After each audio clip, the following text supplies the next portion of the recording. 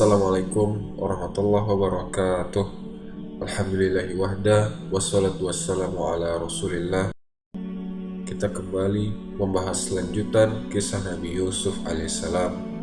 Kemarin sampai kepada Yusuf alaihissalam digoda oleh Zulaiha, dan karena petunjuk dari Allah, Yusuf alaihissalam selamat dari godaan Zulaiha. Lalu teman-teman sekalian, Yusuf arid an haza, sudah cukup, kata suaminya, jangan sampai ini cerita kedengaran semua di luar rumah ini. Cukup di rumah ini saja. Habis itu si suami noleh kepada istrinya, wastaghfiri li zambiki innaki kunti minal khotiin. Sekarang kamu minta ampun kepada Tuhanmu karena sungguh kamu yang salah, kata suaminya. Jadi teman-teman sekalian, akhirnya rahasia ini ditutup. Perempuan tutup mulut, Nabi Yusuf sudah jelas tutup mulut. Wa qala niswatun fil madinati imra'atul aziz turawidu fataha. Luar biasa, ternyata secepat itu kabar tersebar di Mesir.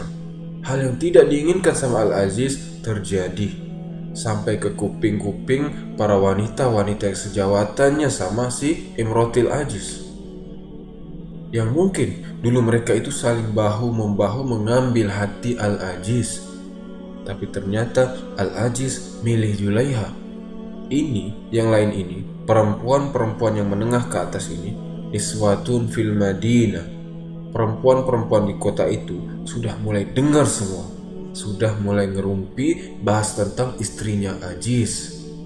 Imra'atul Aziz turawidu fataha. Kamu tahu enggak, istrinya Aziz itu goda budaknya. Bukan goda temannya Al-Aziz, bukan. Bukan goda Menteri Fulan atau Raja, bukan. Yang digoda itu seorang budak. Bayangkan teman-teman, perempuan sekelas itu dengan kecantikannya, dengan kedudukannya, goda budaknya. Hal memalukan ini diomongin sama perempuan-perempuan yang ada di kota. Qad syafahaha hubba. Kayaknya sudah jatuh cinta, sudah mabuk kepayang. Diceritain ini, diomongin. Ini makarnya para perempuan-perempuan di kota itu kepada istrinya Aziz. Kita lihat nanti, sama istrinya dibalas nanti makarnya. Kita lihat perempuan balas-balasan. Disebar omongan ini. Inna lana roha fi dolalim mubin. Waduh, gimana katanya? Ini sudah keterlaluan, katanya si perempuan-perempuan ini. Masa sama budak? Apa ndak ada yang lebih bagus selain sama budak? Kok tergodanya sama budak? Ya pokoknya dihina lah, direndahkan sama perempuan-perempuan di sana. Falamma sami'at bimakrihinna. Omongan ini teman-teman sekalian sampai ke kupingnya istrinya Aziz. Perempuan-perempuan di kota sudah pada tahu ceritanya. Subhanallah. Saat Zulaiha dengar bahwasannya perempuan-perempuan ini bikin makar, apa makarnya? Ya begitu, ngomongin dia, menggunjing, ngeceh, ya tergodanya sama budak, seolah-olah ngetes Zulaiha. Istrinya Aziz, bisa buat apa kamu? Dan ini perempuan-perempuan, teman-teman semua, penasaran. Kayak apa sih budak yang sama dia sampai dikejar-kejar itu? Perempuan-perempuan ini belum tahu kena sama Nabi Yusuf. Nah, lain ceritanya nanti. Wa'atadat lahunna muttaka'an. Dia bermain sekarang. Sudah selesai makarnya mereka ini hanya omongan saja teman-teman. Dibalas sama istrinya Al-Aziz dengan makar perbuatan. Dia tidak mau banyak omong. Ente rendah-rendahin ana, bilang ana tersesat, bilang ana salah kaprah dan lain sebagainya. Oke, ana mulai sekarang. Dia bikin acara, diundang ini semua perempuan-perempuan ini. Ya bisa dibilang teman-teman arisannya lah, yang tukang ngerumpi-ngerumpi itu. Ayo datang, kita undang. Wa atat kulla wahidatin minhunna sikinan. Dikatakan oleh para ulama, dia siapkan buah, katanya namanya utrujah. Model buahnya itu kayak buah kiwi atau mungkin sejenis buah naga. Pokoknya tidak bisa dimakan kalau tidak dipotong dulu. Bukan dia disiapin pisang yang tidak perlu pisau, atau apel yang bisa langsung dimakan, atau anggur bisa langsung dimakan. Enggak, kita lihat makarnya. disiapin pisau, disiapin buah. Kalau mau makan, potong dulu baru bisa dimakan. Wallahu alam, pokoknya disiapin buah-buahan yang harus dipotong dulu. Lalu datanglah semua tamu undangan ini. Tamunya yang diundang perempuan saja. Ikhwan dilarang masuk. Masuklah semua. Setelah masuk semua tamunya, ditutup pintunya. Acara pun dimulai. Para tamu mulai menyantap hidangan. Mulai diambil pisaunya, dikupas buahnya satu, masuk di mulutnya. Mulai si Julaiha ini bilang, kasih kode sama Yusuf. Kalau ana kasih kode, keluar kamu. Jalan lewati perempuan-perempuan itu. Dan ruangan itu tidak bisa keluar kecuali harus ngelewatin perempuan-perempuan itu semua. Hanya satu jalan. Diatur strategi sampai seperti itu oleh Julaiha. Dan tidak cukup sampai di situ, tapi Nabi Yusuf ini didandani. Dikasih baju yang bagus, disuruh berdandan, emang disiapkan sudah. Ayo kita tes mana yang lebih kuat. Kita lihat istrinya Al-Aziz ini orang pintar. Kalau dari hitungan detik yang zolim jadi mazlum, terzolimi, yang salah jadi benar dalam hitungan detik, apalagi ngurus perempuan-perempuan ini, gampang. Disuruh keluar Nabi Yusuf, keluar sekarang. Falamma ra'ainahu wa qala tikhruj alaihinna. Ibarat dikasih kode, ayo keluar sekarang. Falamma ra'ainahu akbarnahu wa qatta'na aydiyahunna. Keluar Nabi Yusuf. Akbarnahu. Allahu akbar, kata perempuan-perempuan itu. Wa qatta'na aydiyahunna. Dipotong, yang diiris bukan buahnya tapi jari jemarinya. Tidak sadar. Bisa dibayangkan teman-teman sekalian? Tidak bisa. Seganteng apa tangannya perempuan, halus. Apalagi yang diundang orang-orang kaya. Mungkin dia tidak pernah kerja. Yang kerja anak buahnya. Halus tangannya. Wa qatta'na aydiyahunna. Diiris-iris tangannya sambil ngomong, wa qulna hasya lillahi ma hadza basyara. Mereka bersumpah, demi Tuhan, demi Allah, ini bukan manusia. Yang sama dia dilihat sekarang bukan manusia. Tidak ada manusia seperti ini. In haza illa malakun karim. Ini malaikat yang lewat. Selesai. Sebentar lagi sadar, tangannya sudah tersabit-sabit semua. Baru keluar si Julaiha. Qalat, berkata kepada mereka, fazalikunna allazi lumtunnani fih. Ini yang kalian ngece ana, gibahin ana.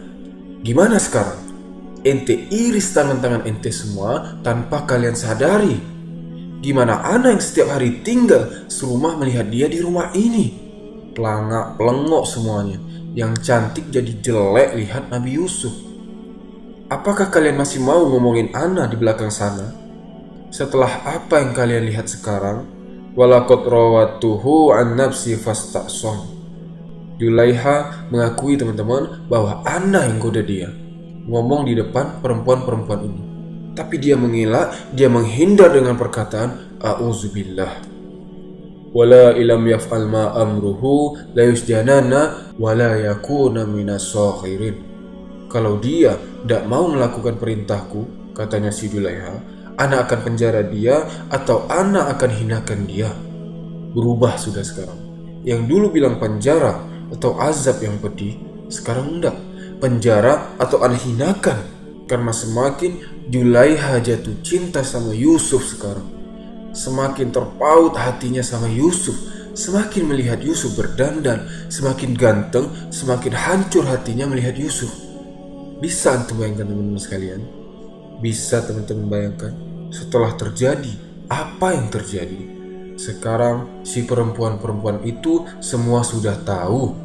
Sekarang Yusuf itu sudah menjadi fitnah, bukan bagi Julaiha saja, tapi semua perempuan-perempuan sudah menjadi ancaman buat Nabi Yusuf alaihissalam. Tidak kena sama ini, bisa yang itu besok yang ngejar ana. Tidak kena yang itu, bahaya. Dan terkadang orang itu berpikir, masa sih sampai ke titik itu? Mereka sampai tidak ngerasain, mereka mengiris-iris tangannya. Sampai tidak berasa, tidak masuk akal sampai ke titik seperti itu. Dikatakan di sini, bisa jadi sampai ke titik tersebut, bahkan bisa lebih parah dari yang kita bayangkan. Kalau bukan Allah kasih wibawa kenabian kepada Nabi Yusuf alaihissalam, wibawa kenabian itu Allah ini sudah siapkan teman-teman sekalian. Mau dijadikan nabi, jadi sama Allah sudah disiapkan. Kalau bukan wibawa kenabiannya Nabi Yusuf alaihissalam, mungkin perkaranya lebih dari itu. Tapi Allah jaga zahabatil ukul. Akal-akal terbang semuanya, tidak tahu kemana. Sudah tidak bisa mikir lagi. Lihat orang seperti malaikat, sudah mabuk kepayang sudah terbang melihat Nabi Yusuf alaihissalam. Sebagaimana yang disabdakan Rasulullah SAW, dia telah diberikan separuh ketampanan. Subhanallah. Atallahu tabaraka wa ta'ala Yusuf satral hasan fakanatal badr. Sama Allah dikasih separuh ketampanan. Dikatakan beliau, Nabi SAW itu seperti bulan purnama, bersinar di dalam kegelapan.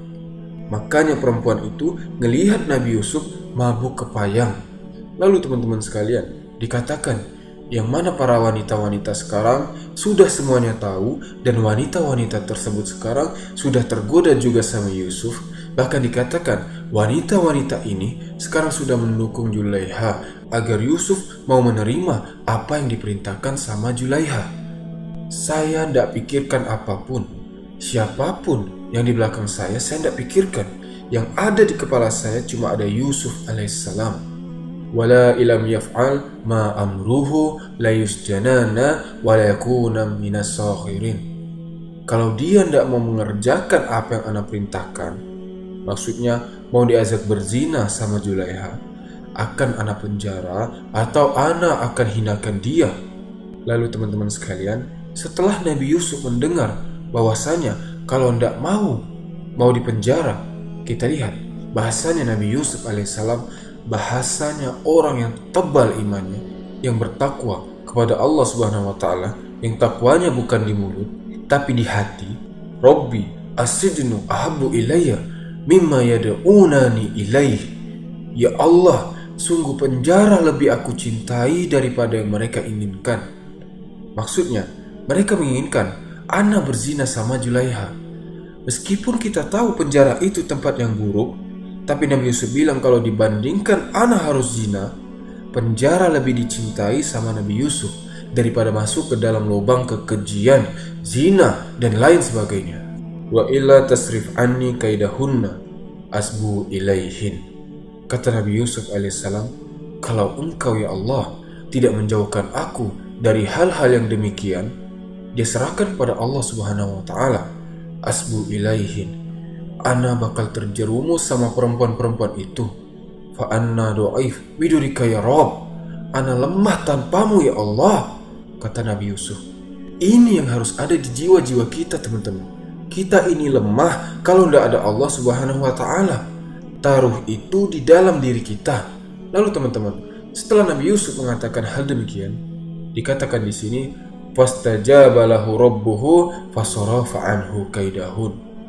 Akhirnya doa Nabi Yusuf alaihissalam dikabulkan oleh Allah Subhanahu wa taala, dan Allah jauhkan Nabi Yusuf dari tipu dayanya wanita-wanita ini, dari makarnya wanita-wanita ini. Disebutkan di sini, innahu huwas samiul alim. Sungguh Allah Subhanahu wa taala Maha mendengar dan Maha mengetahui.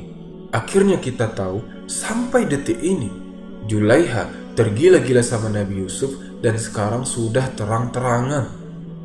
Kita lihat ini seorang dayuts, suami yang membiarkan istrinya melakukan hal demikian. Tidak punya kekuatan, tidak punya harga diri. Istrinya terang-terangan seperti itu, malah sekarang semakin menjadi-jadi. Sudah jelas bahwasanya Yusuf alaihissalam itu tidak berbuat apapun sama sekali. Dikatakan di sini, summa ba'dalahu min ba'di ma ra'awul ayat la yasjununnahu hatta hin.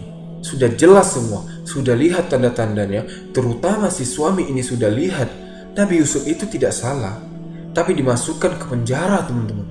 Sudah dituduh, dizolimi, dibilang berzina, padahal dia tidak berzina. Dibilang ngejar-ngejar perempuan ini, padahal dia tidak pernah berbuat hal demikian. Sekarang mau dimasukkan ke penjara tanpa berbuat kesalahan. Dikatakan di sini, Al-Aziz ilal an yakhafu min imro'atihi. Si Si suami sekarang takut sama istrinya karena istrinya tergila-gila sama Yusuf. Bahkan tergila-gilanya sudah terang-terangan sekarang. Mikir sekarang Al-Aziz, ana ini pemimpin, ana orang berkedudukan, ibarat kata menteri. Apakah ana mau malu di depan orang terus-terusan gara-gara budak ini? Ana seorang Aziz, menteri, tapi ana sampai detik ini masih takut. Istri ana ngejar-ngejar Yusuf. Apa yang harus dilakukan? Ana sudah mencoba untuk menghentikan omongan orang-orang tentang apa yang terjadi tentang istriku dengan Yusuf. Mikir dia, ana sudah begini, ana sudah begitu, ana takut. Gimana? Al-Aziz, seseorang yang dipandang orang yang adil, dia bisa berbuat tidak adil, teman-teman. Dia melihat kayaknya memang penjara yang paling pantas untuk Yusuf. Orang tidak salah dimasukkan di penjara. Dikatakan di sini, wahazihi musibatul indama yaghibul adl. Ini adalah musibah saat keadilan sudah tidak ada lagi dan kezoliman semakin merajalela. Orang-orang yang bersih, suci menjadi tertuduh, dan yang zolim menjadi orang yang terzolimi. Orang-orang yang jahat dibiarkan, tapi yang diganggu orang-orang yang suci, yang bersih, yang tidak berbuat dosa. Ya seperti itulah yang dialami sama Nabi Yusuf alaihissalam. Ini cobaan kelima yang datang kepada Nabi Yusuf alaihissalam. Yang pertama, dibuang ke sumur. Yang kedua, dijual sebagai budak. Yang ketiga, digoda sama wanita. Yang keempat, digoda sama banyak perempuan yang lain. Yang kelima, hidup yang penuh dengan cobaan, cuma dilalui dengan takwa kepada Allah Subhanahu wa Ta'ala. Akhirnya, masuklah Nabi Yusuf alaihissalam ke penjara.